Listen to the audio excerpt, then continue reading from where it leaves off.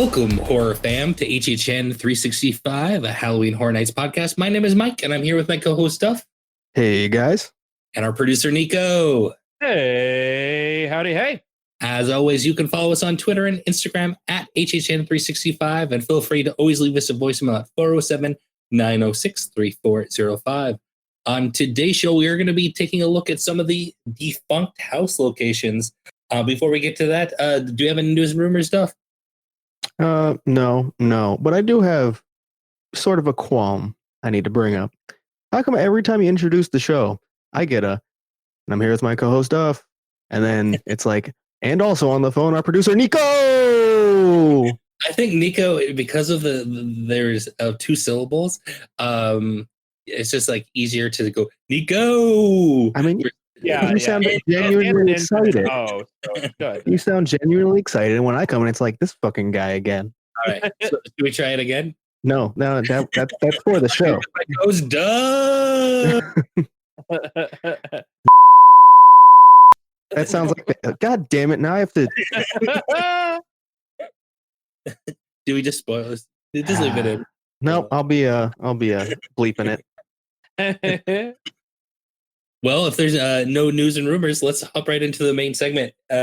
Joining us on the main segment, we actually have a guest with us, a friend of the program, been on some of the early episodes. I'm happy to welcome back our good friend, Erick. You can find him on Twitter at Lispy280. How's it going, Erick? Hey, what's up, guys? It's all good here. Thanks so much for joining. Yeah. Oh, thank you for having me. This hasn't been a very long gap for you because you were just on our trivia as well. So nice to have you back so soon. Oh, thank you, guys. Always glad to be back. Yeah, very first guest as well. Yeah, definitely. And the fun thing about Erick is that he's been to many years of Horror Nights. So we thought an episode where we're going to be digging back deep would be perfect for him. Yeah. I'm trying to figure out my first year. What's it, 96 or 97, around there? Well, regardless, you have me beat by about a decade. Yeah, you got me beat by a lot as well.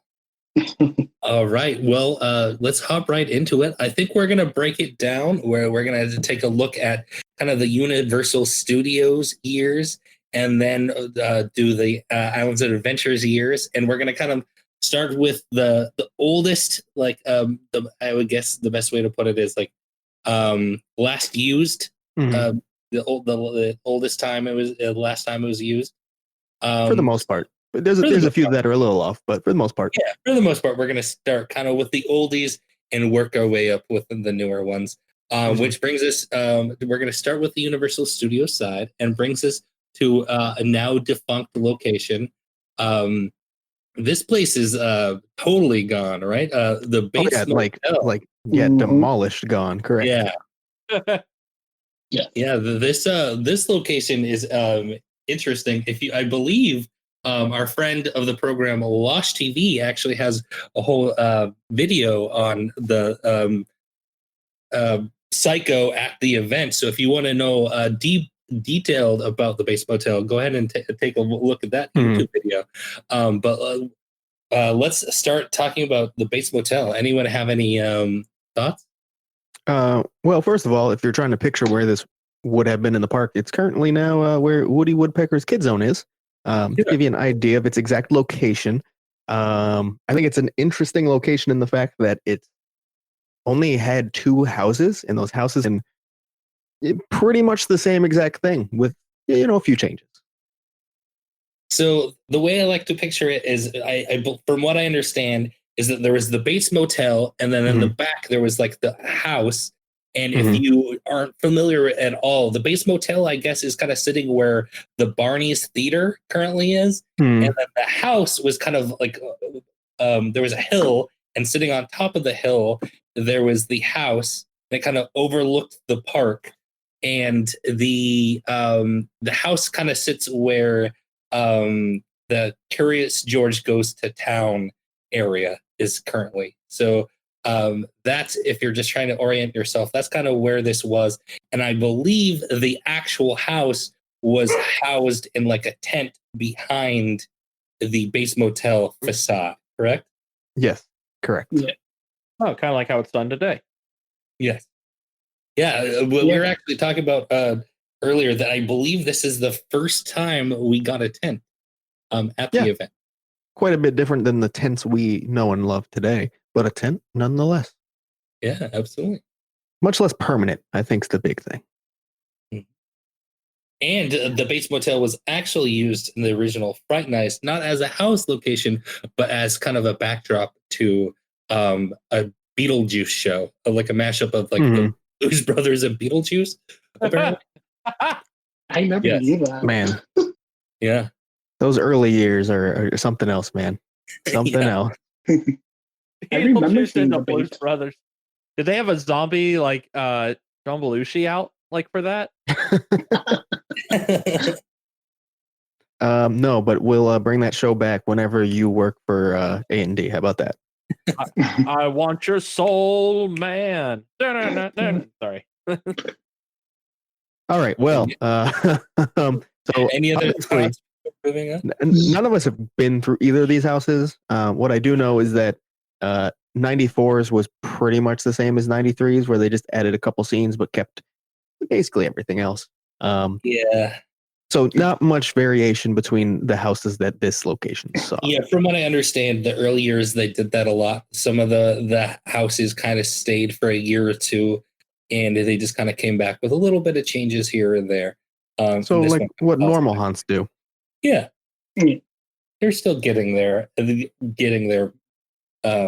thing up and running, you know.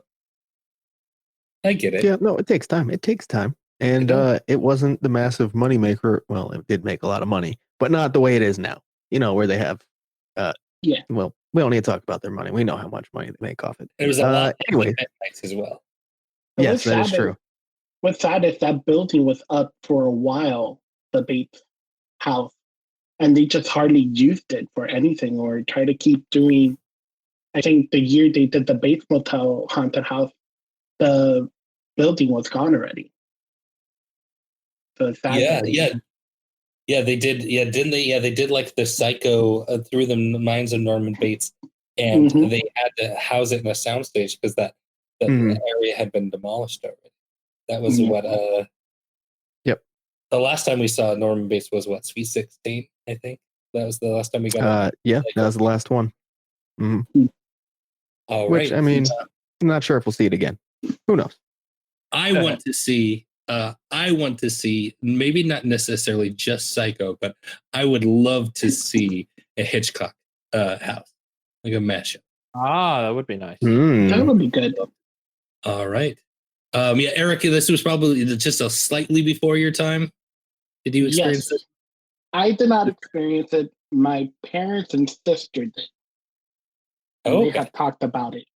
Yeah, my parents went to the first 1991. They went to Fright Night. Oh wow! Yeah. So you've always had it in your blood, basically. I've had, that is true. Well, unfortunately, the next location we go to is something that was also just before your time as well, because it also took place in 1994, and that is the Boneyard, which housed the Boneyard. Yeah. The Boneyard is interesting because it's actually also a tent, and it was actually an on-stage tent. So they just put like a big giant. I'm interested to see what this looked like, but it sounds like it was like stage-facing tent, just like a big pop-up tent right in the middle of the Boneyard. The Boneyard, if you don't know, is in the park. That's kind of where the Music Plaza area is of the park. And the interesting also about this. Go ahead. Well, what I was going to say is what I'm assuming, because I've never seen a picture of the actual like outside of it, but like if you picture where the stage is now, like that's probably just kind of where that tent was chilling. I guess, yeah. It'd be pretty interesting. The also cool thing about this one is apparently it was just called one name, but it actually had like two different paths you could take. And one path was kind of like an asylum type story, and the other one was like a sci-fi mad scientist themed that you would go through. So that's pretty interesting. Yeah. So you kind of got two houses in one on that one.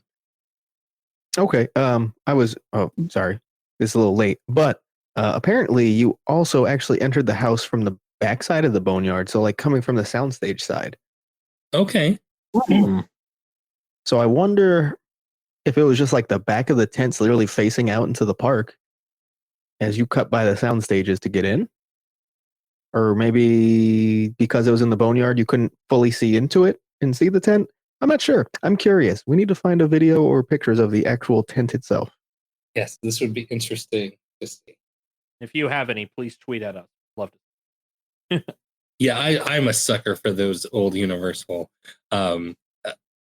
just in Universal in general footage. If you have like old footage from like this era of Universal, send it our way. I love it. Yep, that's our shit for sure. Yeah, so Eric, this was just slightly out of your era as well, huh? This was out of my era, but looks Well, cool. Interesting. I do have good news. The next one is completely in your era for the most part. I think we have. Oh no, just me and you on this one yet. We're almost to Mike's era, and that's going to be Nazerman's. Oh, Nazerman's. Really? Yeah. Huh. Nazerman's, for those who don't know, is kind of a house. Nico, you know this. We've talked about this many times. I think so, but like, I guess it got me for this one. I might have forgotten about this. Okay, fair enough. Sorry, carry on, Mike. Have you not caught on yet, Duff, that Nico's shtick, whether he knows or not, is just to kind of play like the oh, okay. Yeah, I'm the companion in this because that we do. Because 99.9% of the time he doesn't know. But the other times he just pretends like he doesn't either. What other time? The one time it's happened? Right, like right now. Right now. He's like, I don't know if this caretaker man you talk about, even though I used to masturbate to Art of the Skater every night. All right. All right, sorry, carry on, Mike. Go ahead. I say that for Samantha Brown. Nazerman's. Before I rudely interrupted. The Travel Channel had a lot of action for you. For those who don't know, Nazerman's is kind of in the park, is kind of in the New York, the streets of New York area. It's kind of where the Starbucks is now. There was a kind of a big sound stage. I wouldn't want to say show building, I guess is a better word. Yeah, show building. The show building there that housed haunted houses for year. When was the first time this was used? 93 for the Slaughterhouse. Okay. Which I believe is like the house from the really early years that I hear about the most as being like a really intense fun house. Like a fun house? Like no, it was like a fun to go into house. Okay. Yeah. All right. I believe they've had fun houses throughout the year as well. But now, if they named one of their fun houses the Slaughterhouse, that'd be a bit confusing. I must say. But yeah, that stretched all the way to not every single year in between, but many till years. Empire Bloodbath, which was in 2007. Yes. Yeah. The one that sticks out in my head very much is, for some reason, Hotel Hell. Oh, okay. I remember going through that house. Don't know much about it, but I've heard that and Hell's High, both held in high regards as far as this location goes. Is this like a like top tier house, like all time for you? It's one that sits vividly in my head. I don't know why.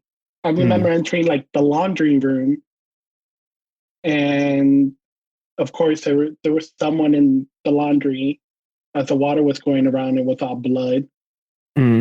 People popping out of the beds. Trying to think what else from Hotel House. But a butcher scene because you were in the kitchen. Yeah. So what age were you when you were when you first started going to the event? And like I'm just like interesting. I was in 3rd grade. Okay. So pretty young. So very much a kid. Yes. Yeah. Yeah. And back in those days, it was just 4, 5 houses. Yeah, no, we're still in the early times where there's not much going on.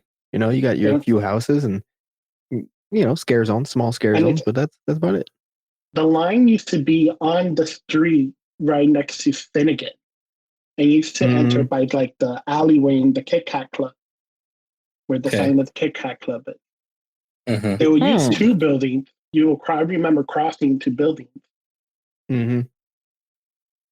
Yeah, see, like that's one of the locations. I did get to do it once, but it was laid out a bit different at that point. I didn't go till HHN 17 and do Vampire Bloodbath. But like looking back at how they used to do it, and like it's just such a different space, and that's so cool. You know, like sound stages and tents are great because they're spaces that work out so well for house. They can do whatever they want with it.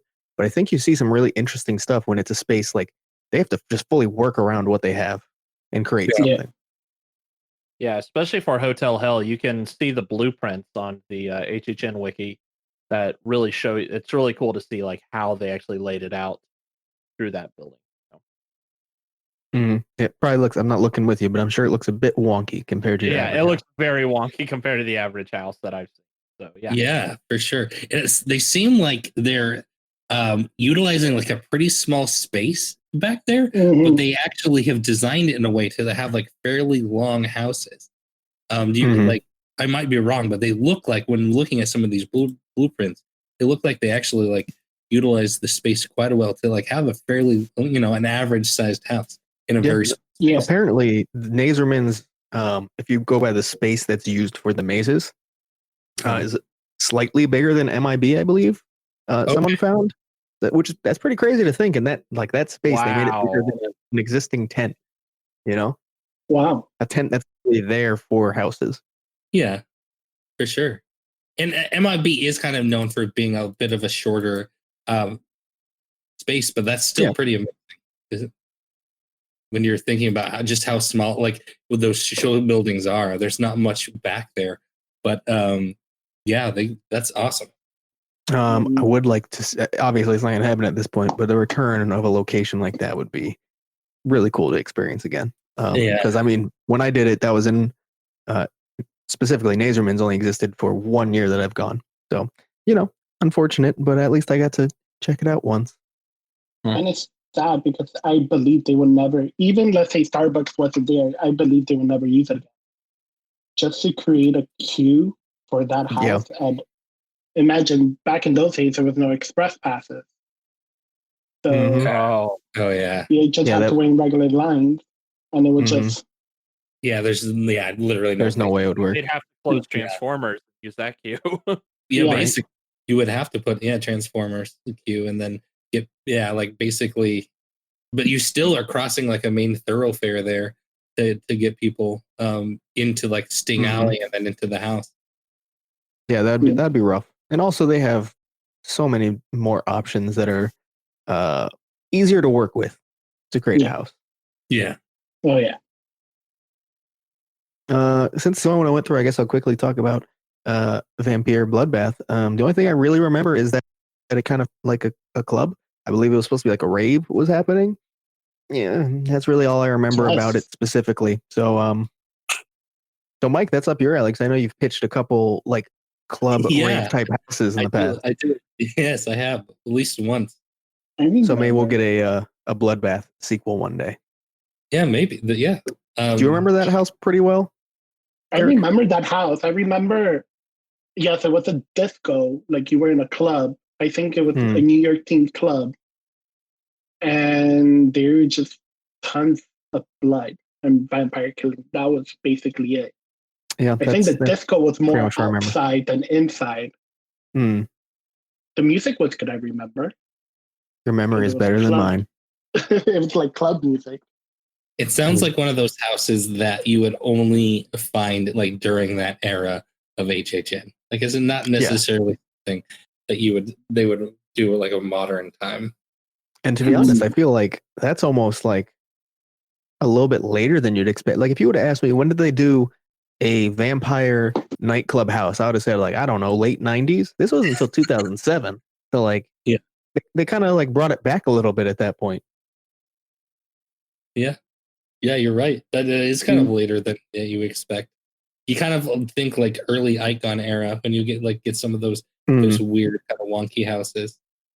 All right. Moving on from Nazerman's, we're going to move on to one that I actually experienced a couple of times, and that is the earthquake/disaster queue. Now this has a lot of history. Yeah, this one has a ton of history.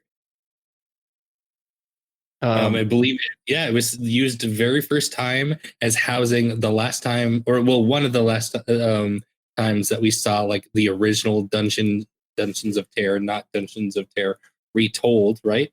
Mm-hmm. That was the first time it was used. So they moved it from the Jaws queue, which we will be talking about shortly, and brought it here. And then we used it all the way up to 2015, HHN 25 for Run, Blood, Sweat, and Fear. Yeah, and I think it only missed like 2 years over that entire course of time, right? Hold on, let me take a peek. I think it is. They missed 02, 03. That's it. Yeah, that's the only 2 years it missed in its entire history from 94 to 2015. Yeah, there's a lot to unpack here on this one. It's had some really crowd favorite houses. It had housed a lot of the SNS Titanic houses in the early days. It housed a lot of the fan favorites like H&R Blood and Guts back in 2011. Leave It to Cleaver. Yeah, leave it to Cleaver was a fan favorite. The runs, like the entire Run series, yeah, the entire series. And the interesting one about this one I was talking about off the air with Duff is I least recall, at least for the Walking Dead house, it like had a lot of outdoor indoor type vibe where it was like partly outdoors and then you would go indoors for it too. So like this one was kind of a little bit of had an outdoor thing going on, at least for some setups. Yeah, I'm not sure about every year. Obviously, I didn't go every year. But yeah, no, it's an element it had that made it unique, especially as far as it went. Because you're talking specifically Walking Dead, which is the 22 version, I believe, right? Yes. Yeah. The very first time we got Walking Dead, it was like the hype for Walking Dead was at its all-time high. In my opinion, probably the best time it's been. Well, that's controversial, but I enjoyed it the most because it wasn't overplayed at the time. And it was like, it was a solid house for that event year. Yeah, it's not my least favorite one. And I mean, that year, we don't talk about that year for a reason. I think we shouldn't talk about it. Somewhat recently, I said it's probably my least favorite event year ever. There were a few people who went. That was their first year, and they weren't too happy with me. Yeah, I mean, I feel like it was in my first couple of years as well. So I hold it to like at a higher regard than you, but it definitely was like a weaker year. What year would you put below it that you've been? I would say 2014 potentially. Oh, what? Yeah. Get out of here. Get out of here.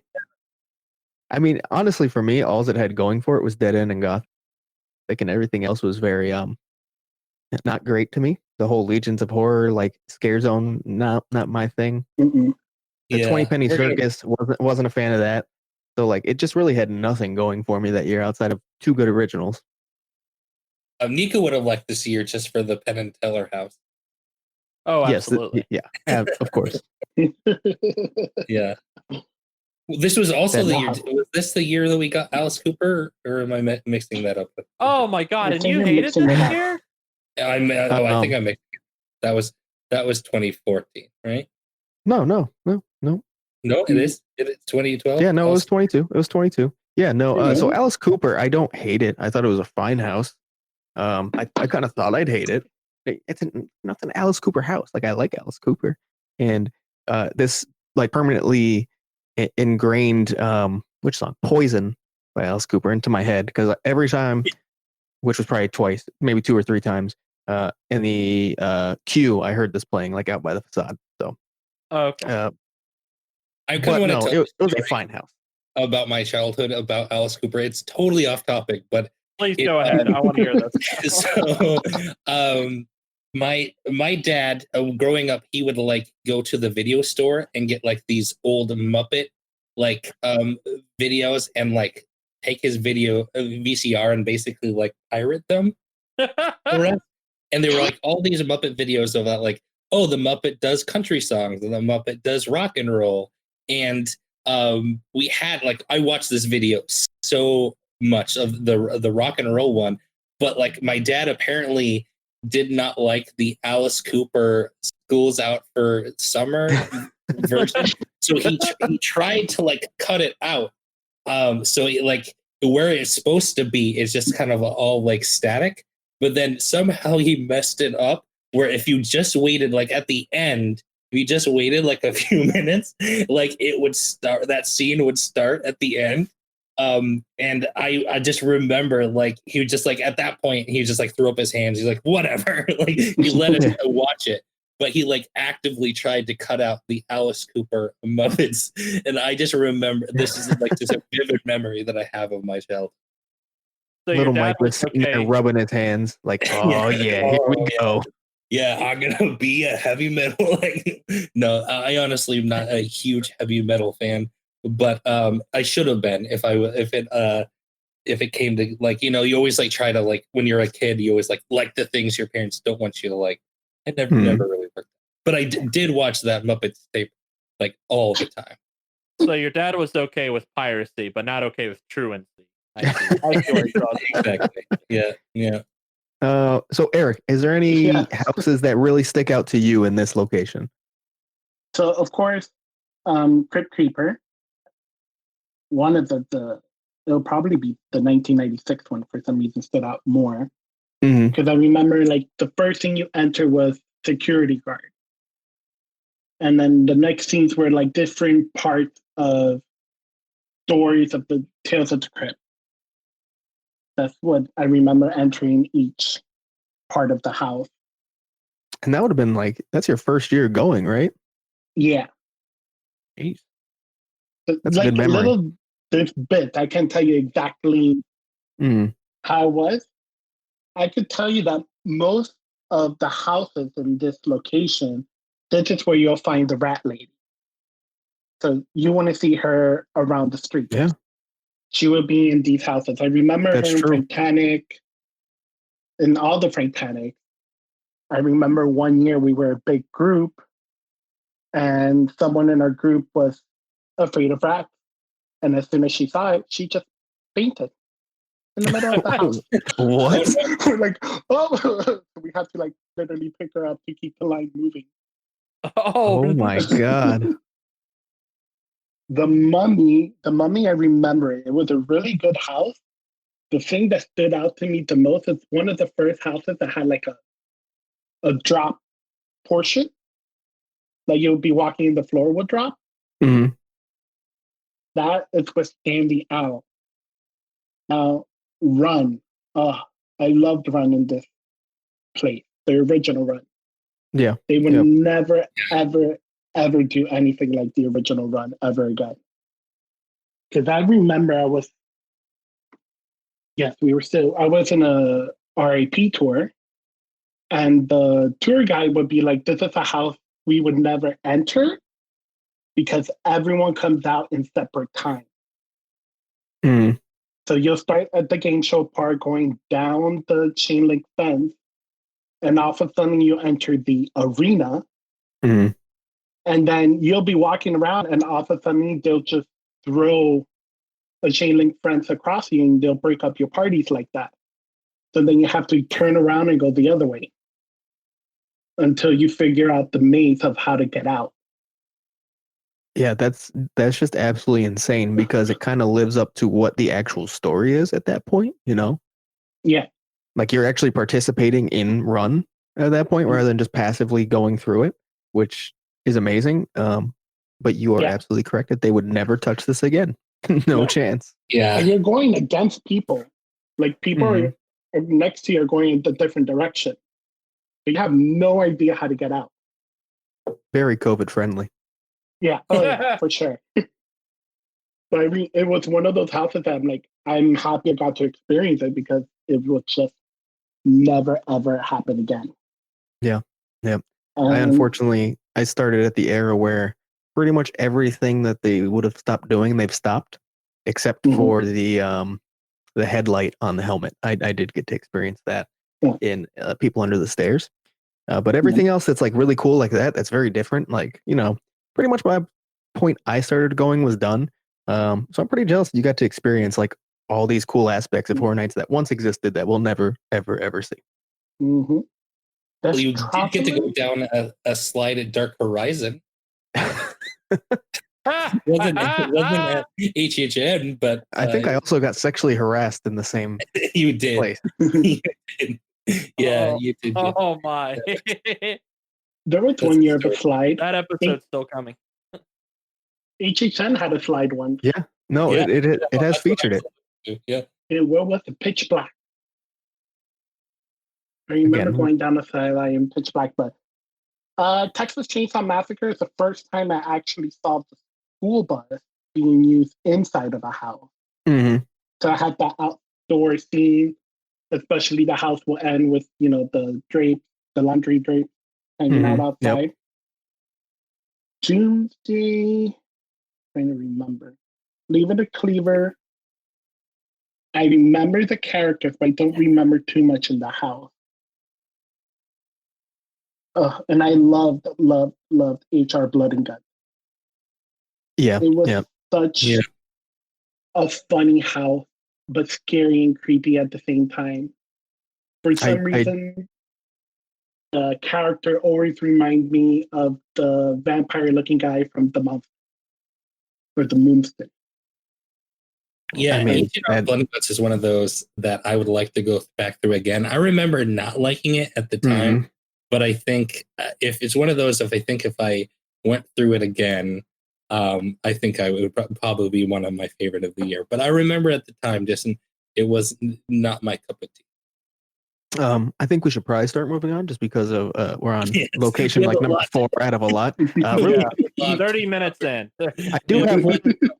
Most won't have this many this many houses, luckily. Yeah. Hot take for me is I think looking at this list, I just realized my favorite house ever in the earthquake disaster queue location is maybe Zombiegeddon. I'm like a really big Zombiegeddon guy, and most people don't love it. So and I think that's probably because it tied into Zombie Girl, and I love that kind of shit. Yeah, it's great. So, but yeah, no random hot take I want to throw out there, and people can laugh at my opinions.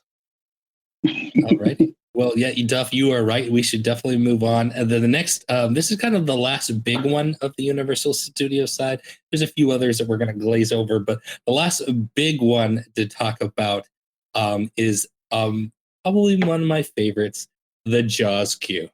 The OG Horror Nights location. This one of all of them, I think, has the most history. So it started with the Dungeon of Terror, Fright Nights, baby, and then ended with Mike's all-time favorite house, Saws and Steam, Into the Machine. It did. So I know this definitely holds a special place in your heart. Yeah, absolutely. I mean, obviously. So it's the first house location I ever stepped foot in, and Dungeon of Terror Retold. Or no, it's not. Yeah, it is. No, it's not. I always get them confused. Did I start in Dungeon of Terror? Or did I start in People Under the Stairs? I started in Dungeon of Terror. Yes. Okay. We good. I remember. Yeah. I don't have too much to say about this one other than I haven't already said on previous podcasts, but this one holds a, I think it was my first house as well. I think Saws and Steam may have been the first. Oh, really? House. Yeah. I can't totally remember, but it was definitely, it was my first house, but it wasn't Saws and Steam. It was the year prior. It was the Orphanage. What was it? Oh, was yeah. It Orphanage? Yeah. You started in 2010, right? 2010. Yeah. 2010. Yeah. But this location was my first house. Oh, look at us. Look at us. I know it's not Erick's, and we'll get to that. And I'm going to kind of cover it before we talk to him about this. And that's because I've talked to a lot of people, and, Jaws is known as a very historic HHN location. But I don't think many people are aware that it hasn't had that many houses. And that's because from 92 up until 2006, there was a massive gap where it didn't have a single house. No, yeah, they stopped using it. Yep. Because the Jaws queue is actually, when they first used it, it was like the Jaws attraction wasn't open yet, right? There was like a delay. Because it didn't open fully till 93. Is that correct, Nico? Yeah, that's why they used it the first couple of years there, because there was a delay. Officially reopened. Yeah. Yeah. So Eric, you obviously had been going to the event for like a decade before you finally got to step foot in a Jaws queue house. Yeah. And I feel like another reason they didn't use it that much was because one of their biggest scare zone was in that area, which was the con one. Mm-hmm. And they also actually used the attraction as a kind of horror ride for some point as well. So I forgot, what was it called? Does anyone remember the title of it? No. When they operated it and, added the horror elements to the attraction for Horror Nights. I felt like they added that. Oh yeah, I know what you're talking about. Yeah, they called it like something that like horrified attraction or something like that, right? Maybe. I really cannot remember now. Oh, this bothered me. Hold on, you guys talk and I'm gonna find this out real quick. Yeah, I want to say that started with Jack. Well, they did it early on too, like the second year. I know that they did it like in the queues, like there was a mad scientist theme in Back to the Future, and there was like a weird aliens in the queue of ET, and stuff like that. And then there was like something like the King Kong one. They did something in there, but that was like the very first year they tried to do horrified attractions. I believe is HHN 2. Was that the term? Duff? Was it horrified attraction? I actually cannot. Okay, hold on. Here we go. Found something. Keep talking until I get the exact detail. Go ahead, Eric. If you want to, you didn't really get to discuss about what you enjoyed in this location. So I remember Friday the 13th being just as if you were walking to the first movie. So that was basically all the things for me. That would have been amazing. It was a great house, I remember. Now, Reflection of Fears, I could tell you I did not do because that house had like a 4-hour wait. And I remember Express Pass at the time was like an 1.5-hour wait. Oh, wow. Just for Express. So, like that was an icon house. I never got to experience. Saw, you did the one recently, you did that one back in the day. It was just not as pretty much the same. Yeah, when I was in shock when they announced they were going to bring it back, I'm like, really? The first one sucked. So, I mean, how scary can that house be if you're seeing people participate in the games instead of you participating? Sounds like a very passive kind of experience. Orphanage, I remember being very creepy.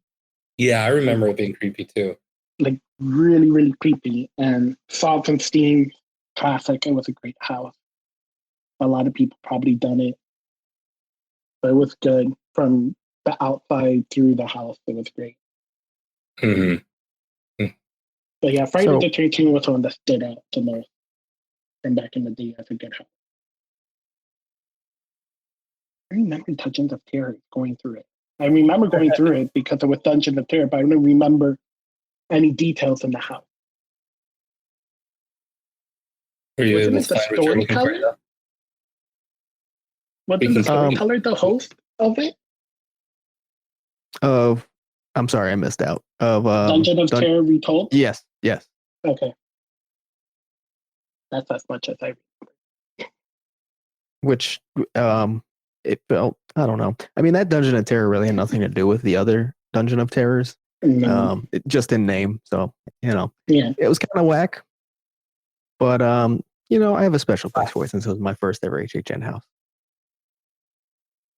But no, I could not find the exact info I was looking for. I can't find the name. You might be right, Mike? That sounds correct, but I'm not 100% sure.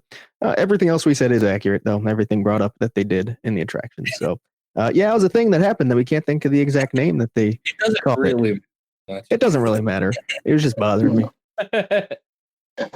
Oh, right. So let's move on to the next four. We're gonna just kind of all do kind of at once, which would be Soundstage 19, 20, 21, and 44. And then we could kind of even throw in Soundstage 18 as well in this. These are just kind of the sound stages that had been used at one point. For the most part, most of these are still standing. They're just not being used. The exception is Soundstage 44 is the Murder, She Wrote building. That is now the Transformers ride. The rest are just kind of like sound stages that are back there, just not necessarily being right. Yeah. So let's start with 18 because you said we might as well use it right now, right? Yeah. The main difference is that 18 was an Islands of Adventure year, so we had it on our list with Islands of Adventure. But I feel like 18 and 19 kind of go hand in hand. Those are both the old Nick Studios type sound stages, right? Yep. Correct. And 18 only did get used once, which was for Where Evil Hides in HHN 15. So technically only been featured for an IOA event. That was while they were building, or in between while they were building the Blue Man Group Theater in that soundstage. Wait, so they had Soundstage 18, which is probably the farthest away you can get from Islands of Adventure. One of the farthest soundstages. No. The backstage is a very small distance between the two. I guess you're right there. Yeah, it's like literally on its back. Yeah, that just seems weird that they like went all the way over to 18 for that. That year was weird too because like when on busy days they would actually open up the Boneyard and have the Rat Run in there too. So they actually did, like on really busy years, open up the park, the Universal Studios side of the park, like the rides over there, and had the attractions open, and then they had the Rat Run there too, right? I'm not messing that up. That was 2005, right?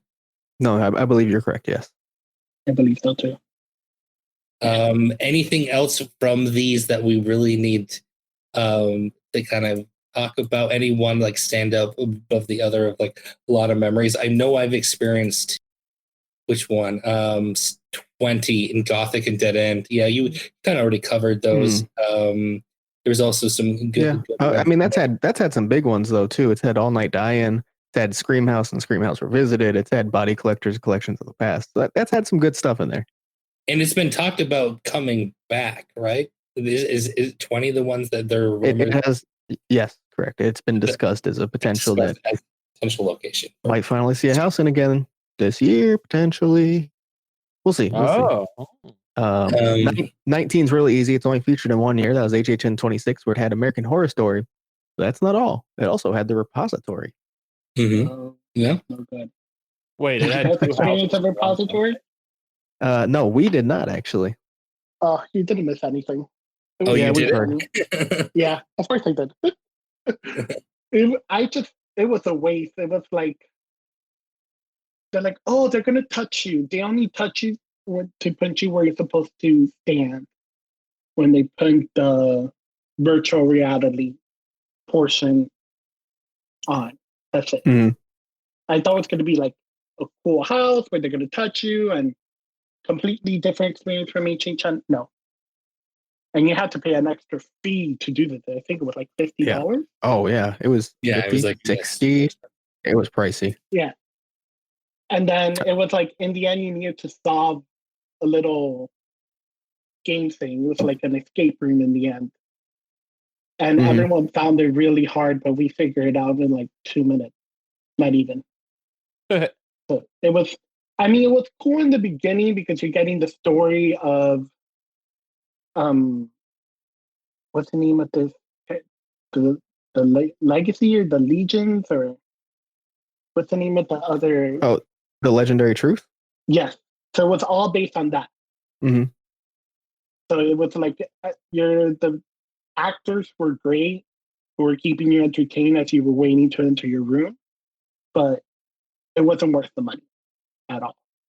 So, fun fact, I'm 95% sure that I didn't do The Repository because you told me your review about it, and I was like, well, I don't really have that much money in the first place, so I guess I'm not going to waste it on that. Yeah, we weren't working together around that time, so probably that's why. Yep. I'm pretty sure that you told me about it. And I was like, I don't know if I should spend the money. And you were basically like, nope, you should not. You don't have it. Yep. I was like, all right, cool. Yep. Completely agree. But yeah, no, everyone else I've heard from is completely on your side, and that it was not worth the money. Unless I wish I would have done it now just to have experienced it. But back then, like, no, Yeah. it made sense not to do it. No. Not at all. So let's skip to Soundstage 44, since that also only has housed one house. Soundstage 44, if you are wondering or weren't sure, is now where Transformers is located. They knocked down that soundstage, and hello, Transformers. And that housed one house at HHN 14, which was Halloween Horror Night Nightmares. Yep. Yeah. The most creative of the titles. Yeah, I know, right? Like what? An anniversary house? If I'm trying to remember. I don't know if anniversary house. I mean, maybe it technically wasn't an anniversary. 2004. No, it wasn't. I don't know how. Like, what was the full purpose behind it? It had icons. Jack Caretaker. I know Eddie was in it. And okay, it was like it was director too, right? The director was the other one in it. Yeah, it was director's year. Oh yeah, so yeah, definitely a director. You're right. You're right. So yeah, I'm pretty sure it was those four, and I don't know why they were all featured in it, but they were. Yeah. I didn't get to experience it. This is all just off me being a nerd and reading into stuff. Yeah. And then the last soundstage was a 21, which this one actually housed some doozies. You got Jack Presents, American Horror Story Dose. Is that the official name? No. I believe it's American Horror Story Volume 2. Oh, okay. Gotcha. And then Cabin in the Woods, which is some people's like all-time house. Yeah, HHN 23s is a wonderful, wonderful, wonderful house. That was a good house. Yeah, I think if you ask me which one's the best that 21's housed, it's Cabin in the Woods, and it's not even close for me. Ooh, that's controversial because people love Jack Present. You have to remember, 25 is the 1 year I've missed. Oh, that is true. So I can't really. But from what obviously video does not do it justice, so I can't fully judge. Yeah. But from what I've seen, I'd probably still pick Cabin in the Woods. Oh, wow. Yeah. No. If you would have actually done it, you would have enjoyed Jack Present. Oh, I know. I'm a sucker for fan service, so it is right up my alley. And there was tons of Easter eggs, I feel, in that house. I've watched so many like behind the scenes videos on it and stuff too. Like I've nerded out about it completely. Don't worry. Yeah. I didn't walk through it, but I've experienced it in my mind. I mean, yes, I know Cabin in the Wood was a great house, but yeah, Jack Present. If you're a fan, you would have loved it more. Yeah, no. I believe you. I believe you. So out of any of the sound stages we just covered, do you have a specific favorite as far as a single house? For this soundstage or? For any of the ones we talked about, 18, 19, 20, 21, 44. Is there like one house out of all of those that's your favorite? It's obviously a repository. Ooh, this stands out. I mean, I really love the first American Horror Story house. Oh.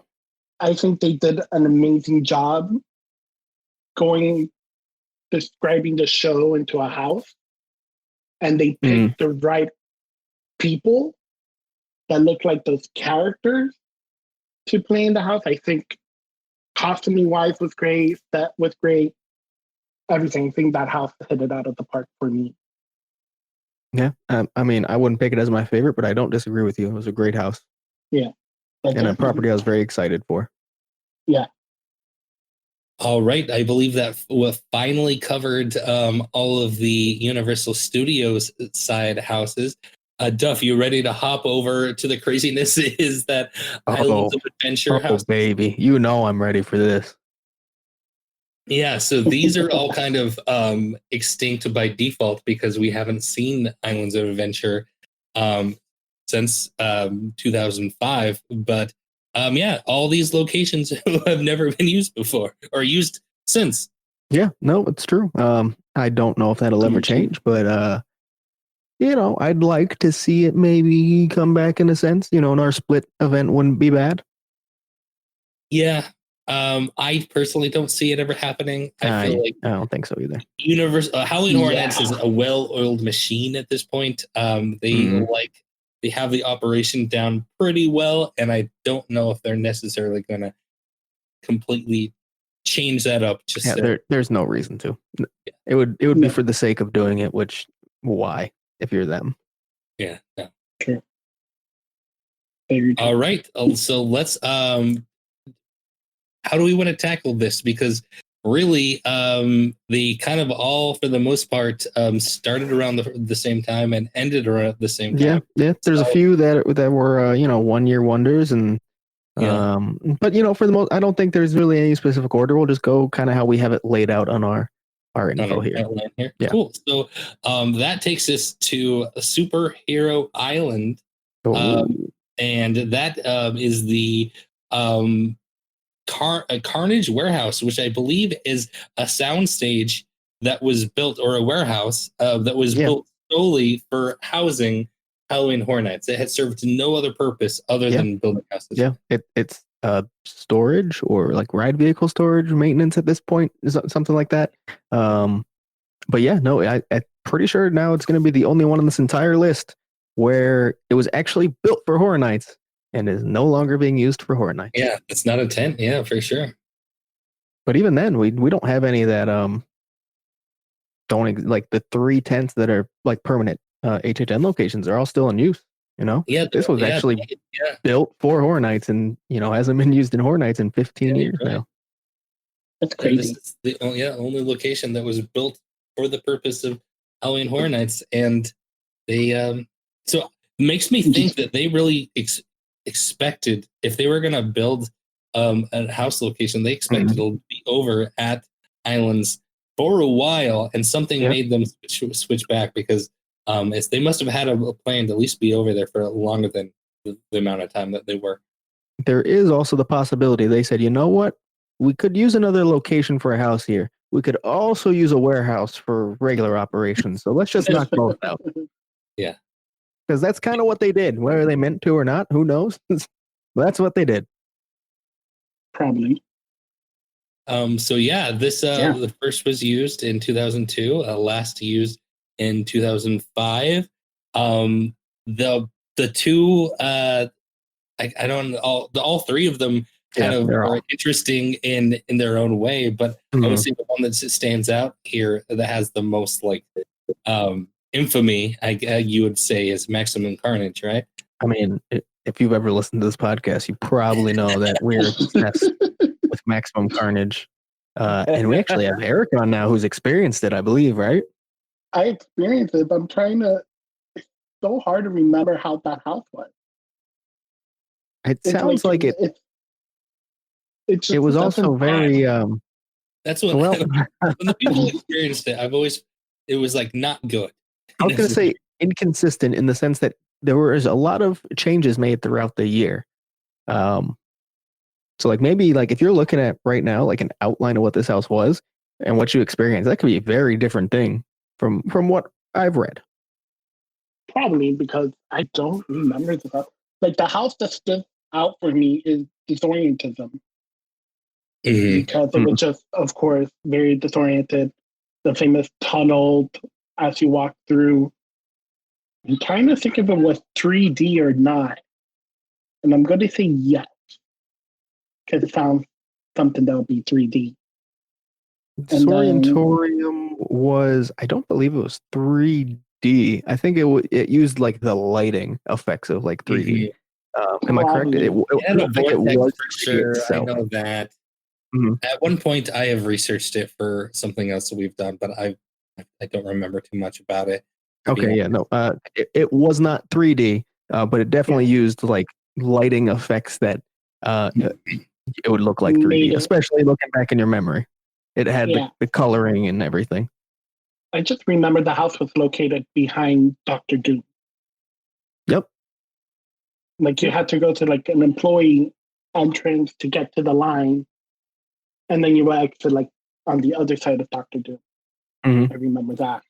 And then Demon Cartina, it was just motorcycles. Mm-hmm. I want to say strip poles and hot chick. So basically, from dusk till dawn, before they actually did from dusk till dawn. Yeah, basically. Like they probably used the same thing that they had in that house in dusk to dawn. So this house location has a really weird history, but also at the same time, like not a good one. Like, haven't heard great things about any of the 3 houses that have been in this location. Yeah. Yeah. I know Demon Cantina has its fan base, for sure. But I think your average HHN goer didn't really love it. It was just there. But I think that was pretty much all of, we long for HHN 15, but by most accounts, the houses weren't great that year. There were a few standouts, and all the others were like, okay. But it sounds like the best part of 15, not to go too down the rabbit hole here, the best part of 15 was more just like this scare zones and this whole atmosphere in general. Erick like Queen herself. The theme of that event just kind of ran through it so deeply that's what people long for when they think back about that event. Not necessarily the houses, but which we will hopefully get to see crammed into Central Park this year. Oh my God, thank you. It's taking all the best pieces and throwing it into a scare zone, and I am so excited. Do you want to jump from crazy ass shit to even crazier ass shit? Wait, I'm sorry. Did you say crazier?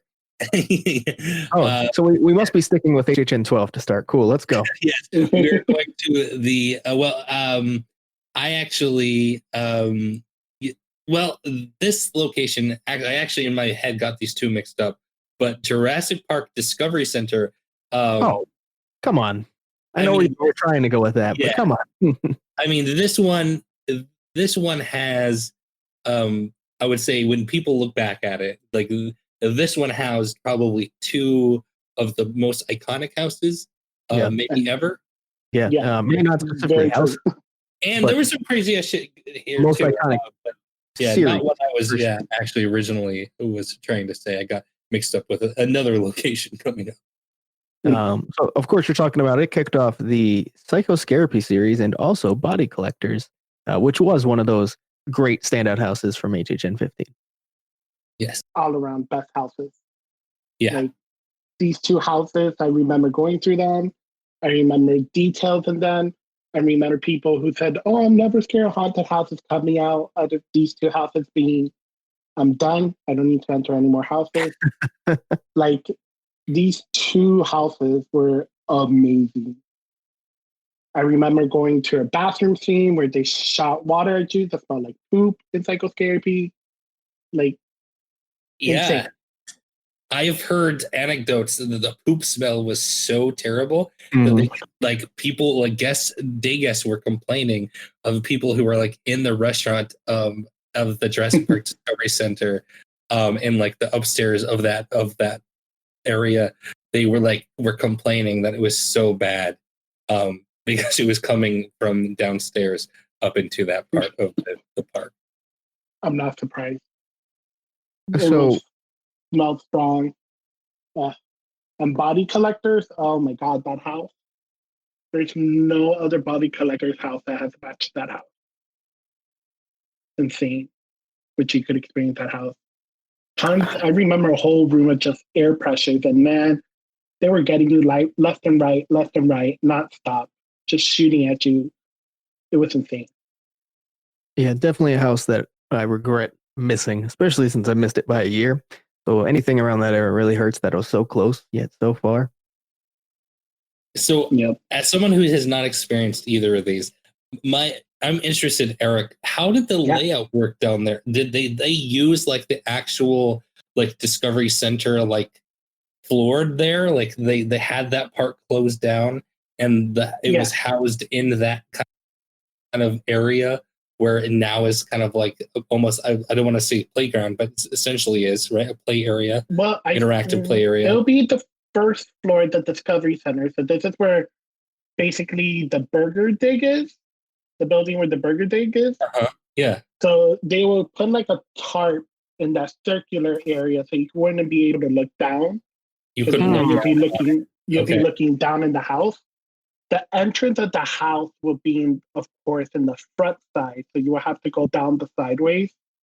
You actually had to go downstairs, like, to get into the house? No. So on the side, there will be like a walkway down, kind of if you wanted to look over the lake in Islands of Adventure. And then you will enter through the big brown double doors of the Discovery Center. Gotcha. So that's where you would enter the house. I don't remember where you would exit, but I remember that's where you would queue up. Yes, you enter kind of around the back side or the side of that Discovery Center building. Yeah. Yep. So would you say that Jurassic Park Discovery Center is probably the greatest house location ever, seeing as it is only housed like elite level houses? During IOA time, yeah. I mean, I'm saying in general because I don't know. If you look at all the sound stages, like, they've had duds. This is 2 for 2. Like, not just 2 for 2. It's like, amazing houses both times. That's why they had to stop. Now, I'm gonna ask: do you think it's the location, or it just didn't get lucky? No, it's lucky. It's lucky. It's not necessarily anything about the location. I don't think it has anything to do with the location, but and it's tough to say because it's only been 2 houses. But when they're both at the level they are, I feel like it's a flyer to throw in there. Is it greatest location of all time? Yeah, I just don't know why was those 2 houses put there. And maybe could it be because it was one of the houses they were able to make it more longer? Or the equipment was better to put in there than in the sound stages because they already had all those animatronics there? Yeah, I'm going to speculate that it's kind of it was like a difficult house location for them because they did not use it in 13 and 14, and then they did bring it back one year. So I can imagine that it's not necessarily easy to build houses in there, just because they did not use it all 4 years they could have. Yeah, especially seeing as they did it 13 and then took 14 off. So that tells me they, weren't too excited to get back to it. Yeah. Yeah. But hey, they did, and they brought back a banger with Body Collectors. So good for them. Yep. Yeah. Do you want to talk about the location that you were trying to get to? Yeah, sure. Yeah. We have it at the end of the list, but I feel like now is a good time to do it. And that is the Triceratops Discovery Trail. Mm-hmm. Hell yeah. You mean Velocicoaster? The most infamous, probably, location. Maybe. I don't know. I think it really just has one house that's like batshit crazy. Which one? Project? Something that I can't believe ever got approved. Project Evolution, the Jurassic Park human dinosaur hybrid. John Hammond killing himself in the house. That one. Like, this had to go by Spielberg's people. I would assume so.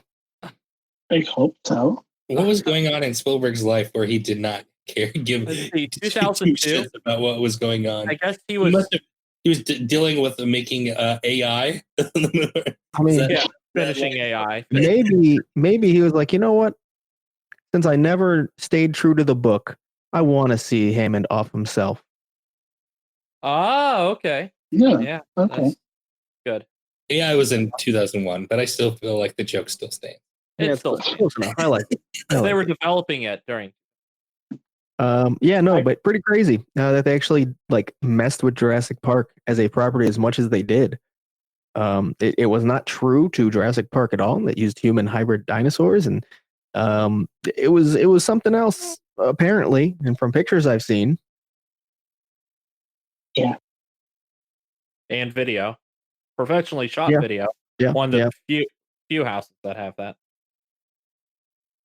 2002 is actually maybe my favorite Spielberg movie ever, which is controversial, but I absolutely, hidden fact of Mike, I absolutely love the movie Minority Report.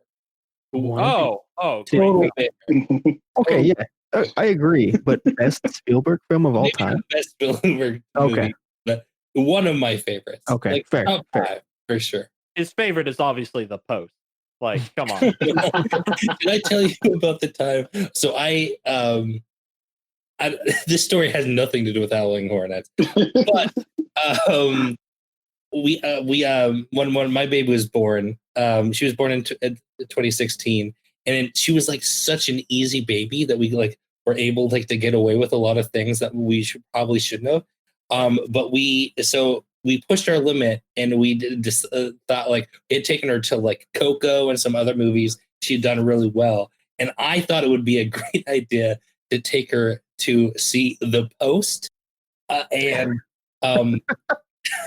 she did not do as well in The Post as she did in Coco. And like the second she made, I believe it was actually around the time where Movie Pass was a thing, and that it really didn't matter because we just left. But like the second she was actually doing pretty good, but she just kind of like made even like a slight peep.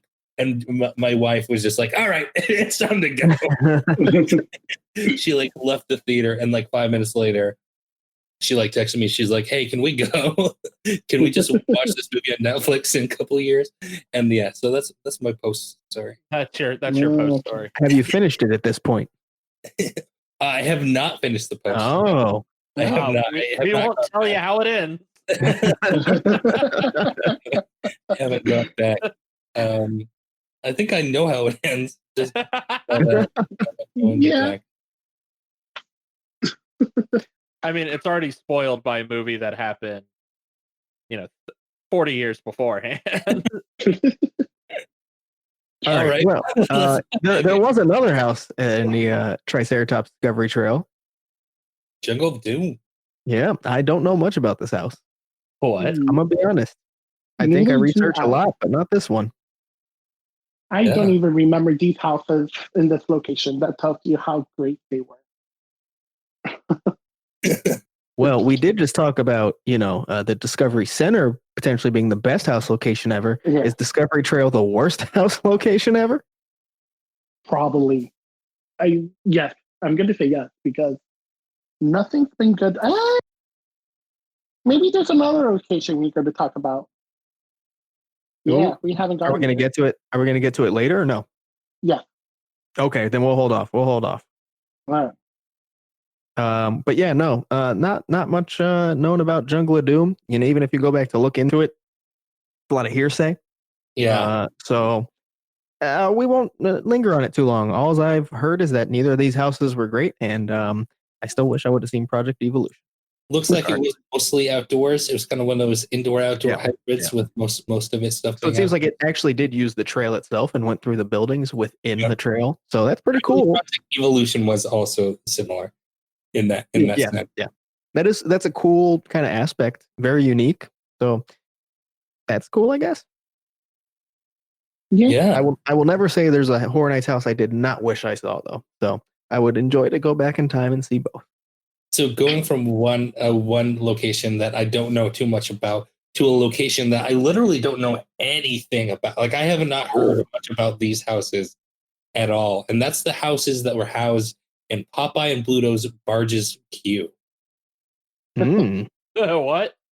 Yeah. Was that a legit one or like? No, that was legit. Okay. Like I didn't know there that. There were two houses that were housed in Bluto's Barge's Queue. And yes, I believe the two were Scary Tales 2, which Scary Tales is like a very famous line, but you don't hear much about Scary Tales 2. And then you get the knockoff SNS Titanic Ship of Screams. It was like not quite like they knocked off themselves for whatever reason. And they did Ship of Screams where they like I guess they didn't want to get sued by the SNS Titanic, but they didn't want to sue the Titanic people. They didn't want to push it. Like, yeah, times are different. People know who we are now. Let's not. Let's not. They must have got a cease and desist. That's all I can assume. Somewhere between Probably. the last Titanic to this one. So I know that the reason that we talked about this off mic a little bit is like you were a little confused by it and don't know much about it. Is like we don't fully know like what it used. Yeah. And it Was it seems like Popeye honestly queue? it was just the queue and the extended queue. They took out the stanchions and yep, that's the space. That's it. Literally it. Do you have a good memory of it, Eric? I do have a good memory of Ships of Screen. Hmm. That one I do. I'm trying to figure out if you would make the queue to the regular Popeyes queue or you would do it to the back area. That's the only part because I remember going either up or down the emergency stairs for the house because I remember going up the stairs because the water level or no, I was going down the stairs because the water level was going up. Something like that. But yeah, they were basically so in Popeyes you would use the short end of the line to go down. So if you're going through Popeyes, instead of going to the left to make that extended queue, you'll just make a quick turn through an exit to go down on the right. So it was weird. You'll still do the outside part. It seems like a very strange space to be used for a house. Very congested too. Did it feel like, could you tell it was kind of like just shoehorned into that space? Not really. Yeah, you wouldn't notice. They did some good things. Like I remember had them having the sparkle guy hitting the fence type of thing in Ships of Screen. Can't tell you much of Scary Tales 2. That one doesn't stand out, but there were some cool little things I remember in Ships of Screen. And I remember just going down the stairs and someone freaking you out. I'm like, oh yeah, this is great. Scare someone as they're going down the stairs. That's insane. Another thing we will not see today. No, definitely not. Ship of Screams, I'm sorry, is a house that I know people are very reminiscent about, and there's a pretty large fan base for that house. You know, people are a big fan of the Scary Tales franchise, but I never hear anyone talk about Scary Tales 2. So I don't know much about how people feel about this house, to be honest. I don't know. Have you guys heard anything? Can't say that I've had. Shocker. Yeah. Stuff that didn't stand out. Like I'm trying to remember. I'm like, I was looking at the pictures of the Alice, but I'm like, I don't remember those stuff. I think with the Scare Zone that stood out more than the house, which is why probably people forget about it.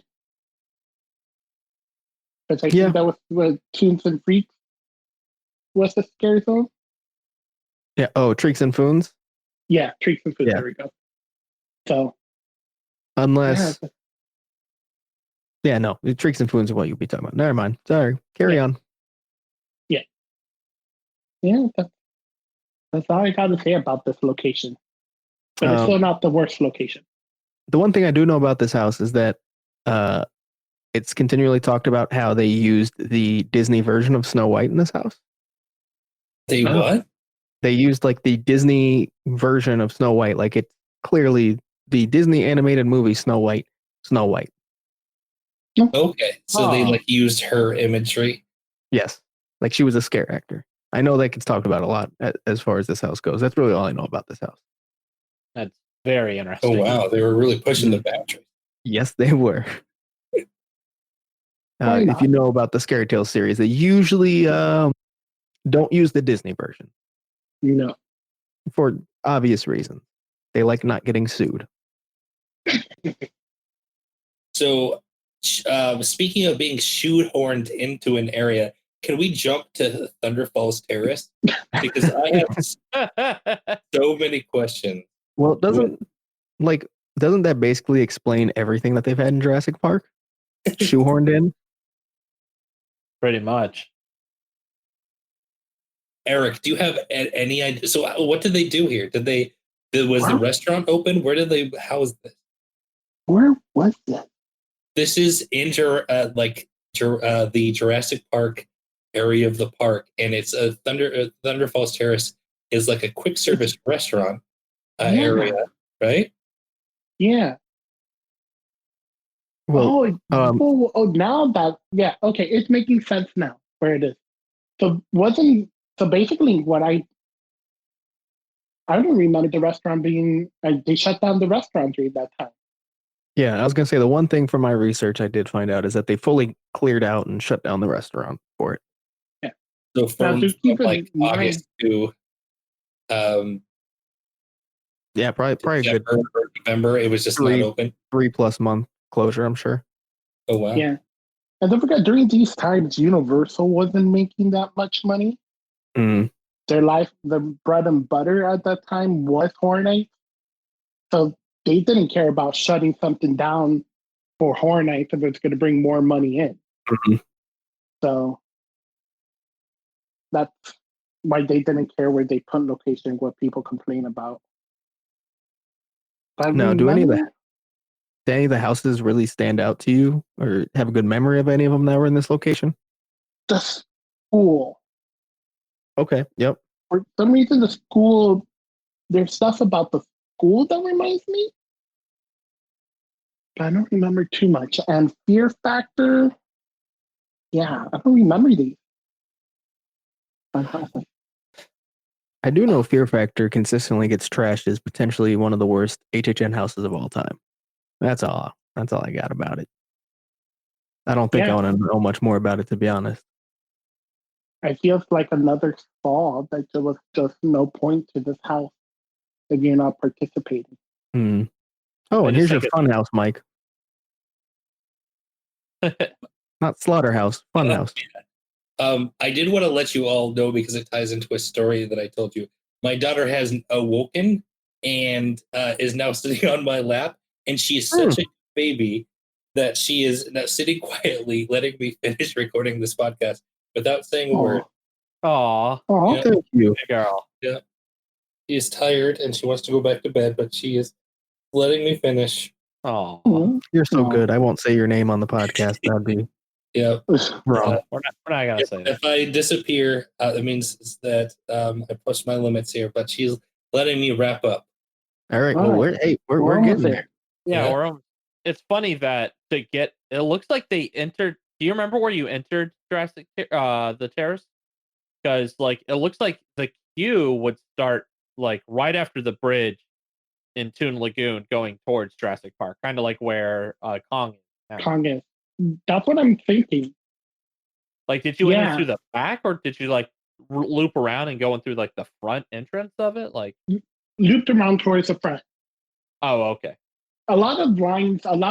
It's kind of weird because IOA didn't have the best queue lines. I'm gonna say.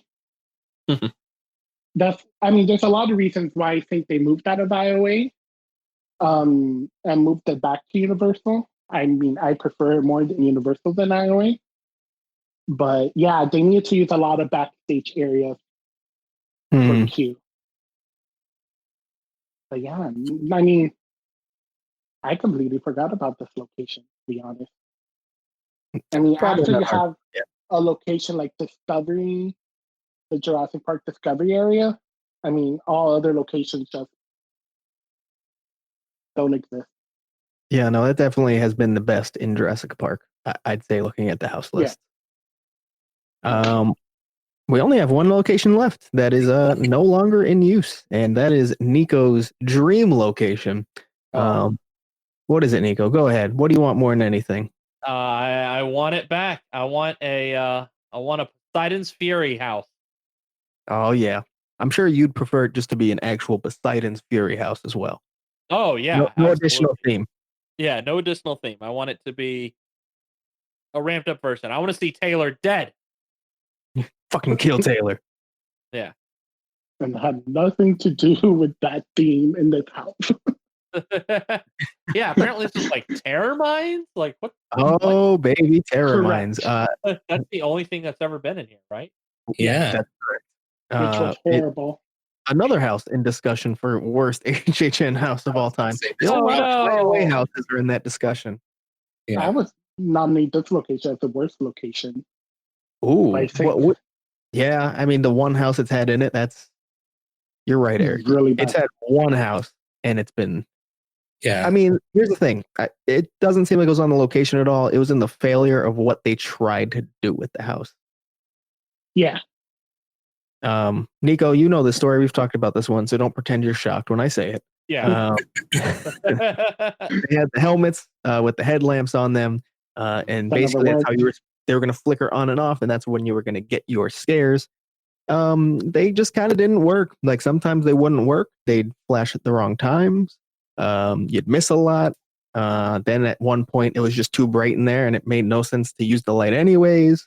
Yeah, that's what I've heard. I've heard that they pretty much just failed because they could never get it dark enough to have it actually work, and you could just kind of see everything. But it was built in a way that they didn't have like a lot of stuff where the parts you weren't supposed to see. It was just kind of like empty space. That was kind of Orlando's version of the Black Walls, basically. Pretty much, good way to describe it. I mean, the best way to describe this house is one, the lights never worked. Actually, for me, most of the time it was pitch black. That kept on running into things because I remember I had the helmet and we were a group of 8. This was one of the only houses that just separates you and there was no conga line. So that was the only cool part about it. Yeah. But that is cool. I feel like they didn't put any decorations or nothing in this house. Like I didn't even know how to walk through it. Yeah, and apparently they didn't have enough helmets for everyone, so they just gave one to one person in your group. Each group. Yeah, they're like, all right, share it. Have fun, guys. Also another safety hazard that we will never see again. They did attempt it again the very next year at People Under the Stairs under construction. Also a massive failure. So, you know.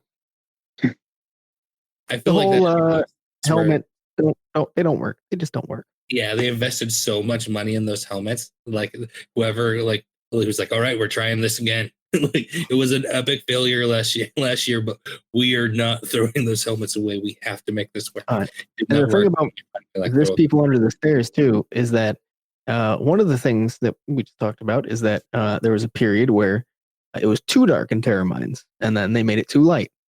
Well, for People Under the Stairs, it was just too light the entire time. So like the helmets never made any sense there. Was there at least more to see in that one? Was it like just like a normal house? I mean, I didn't get to do Terror Mines, so I can't fully speak. But yes, I would imagine because most of Terror Mines you weren't supposed to see. So you were actually supposed to see a large portion of this house, or at least it seemed that way. It was built to be like. I'm gonna guess that all the money for this house went to the helmets, and they didn't put any decoration or anything. Because I remember you will walk, the house would start through the tunnel. Mm-hmm. Yeah, and the house would start through. If I'm right, through the tunnel. So the whole house was in the last scene, which is not the largest space in the world. No, not at all. But yeah, this house was horrible. There was no point in it. And you could tell it was bad because it was a house that never had a wait. Like I remember not waiting in line for this house. Yeah, I didn't know that. And a lot of people didn't know about it because it was, the facade outside was just Poseidon. But yeah, I remember hardly, because I never got, did I get express? No, I didn't get express passes during that time. So, I will say, looking at the pictures, even the parts that you're supposed to see still seem so under-themed compared to anything else we'd get. That's... Nah. Again, I'm never going to say I'm happy not to do a house, but if I have to miss any, not mad I miss Terror Mines. So I wish I had just experienced it just for the story. Like the story, I was going to say, one of the things is they like pretty much for every house this year, they set up fantastic stories on the websites. So it kind of sucks that a lot of them fell flat when you Oh yeah, actually went to the house. A story that you could tell people that you experienced. Oh. Oh. Yeah, no.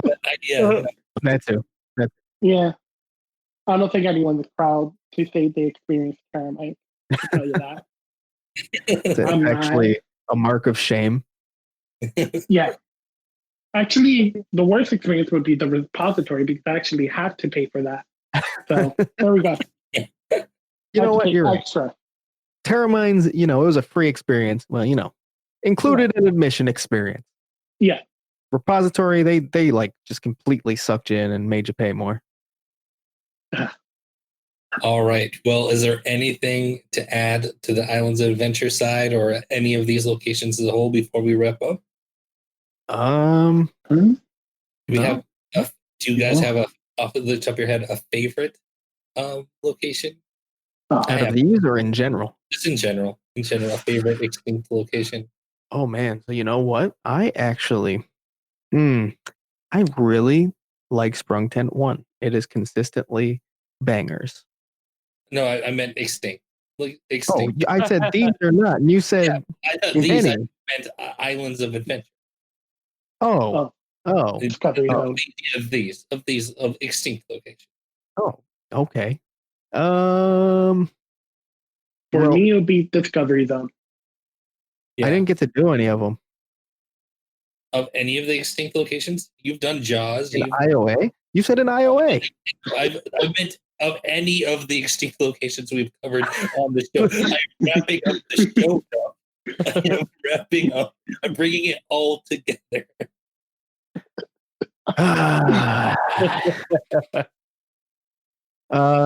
Yeah, I'm gonna say earthquake disaster queue. I'm gonna say, that's a close one, but I'm gonna say Jaws Q. It just holds a close place in my heart. Okay.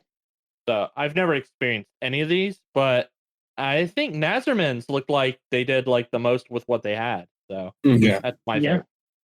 That is true. What about you, Eric? You got a favorite?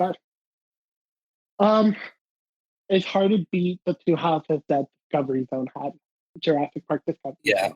If I was supposed to pick Universal only, I do love the houses that were in Earthquake Q. There was a lot of good houses in Earthquake Q. Oh yeah. Same page. Yeah. All right. Well, we'll be back next week. Eric, thanks so much for joining us. Oh, my pleasure, guys. Happy to be back. Yeah. Once again, you can find Eric on Twitter at Lispy280. We'll definitely keep having you on. We always enjoy having you. Yeah, when we just have to talk about anything before like Duff went to it, we always have to bring in someone who experienced it. So you're always the first one to give it. Glad to join in anytime. Right. Well, we'll see you next week, and we'll see you in the streets.